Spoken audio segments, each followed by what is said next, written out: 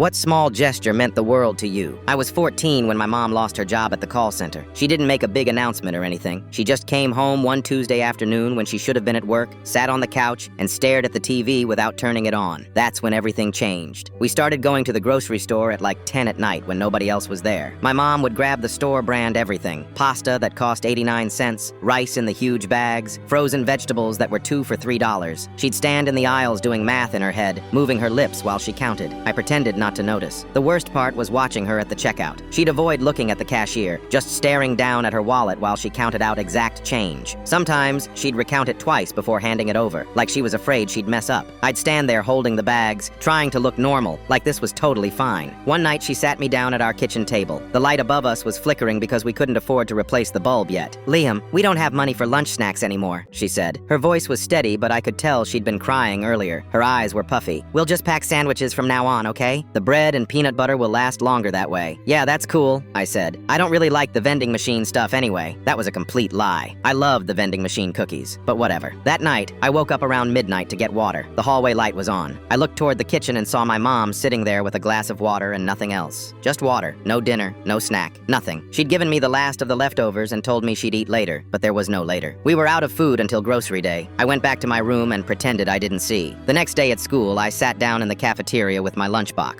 It was this old blue one from elementary school with a superhero on it that was half scraped off. I opened it expecting the usual, peanut butter sandwich, maybe an apple if we had one. But on top of the sandwich was a folded napkin. I almost threw it away, thinking it was just there to keep the bread from getting squished. But something made me open it. Inside was a drawing. It was a stick figure. My mom isn't an artist or anything, so it was pretty basic. But the stick figure had a cape, and it was flying, with little lines behind it to show motion. Under the drawing, in her messy handwriting, it said, "You're still my hero. Love, Mom." I just sat there staring at it. My throat got tight. My eyes started burning. I looked around to make sure nobody was watching, and then I folded the napkin back up real quick and shoved it in my backpack. I didn't cry, but I wanted to. That napkin stayed in my backpack for the rest of the year. I never told her I kept it, but every time something sucked, like when kids were buying chips and candy and I had nothing, or when my shoes got too tight but we couldn't afford new ones yet, or when I heard someone making fun of the kid with free lunch, I'd reach into the front pocket of my backpack and feel that napkin.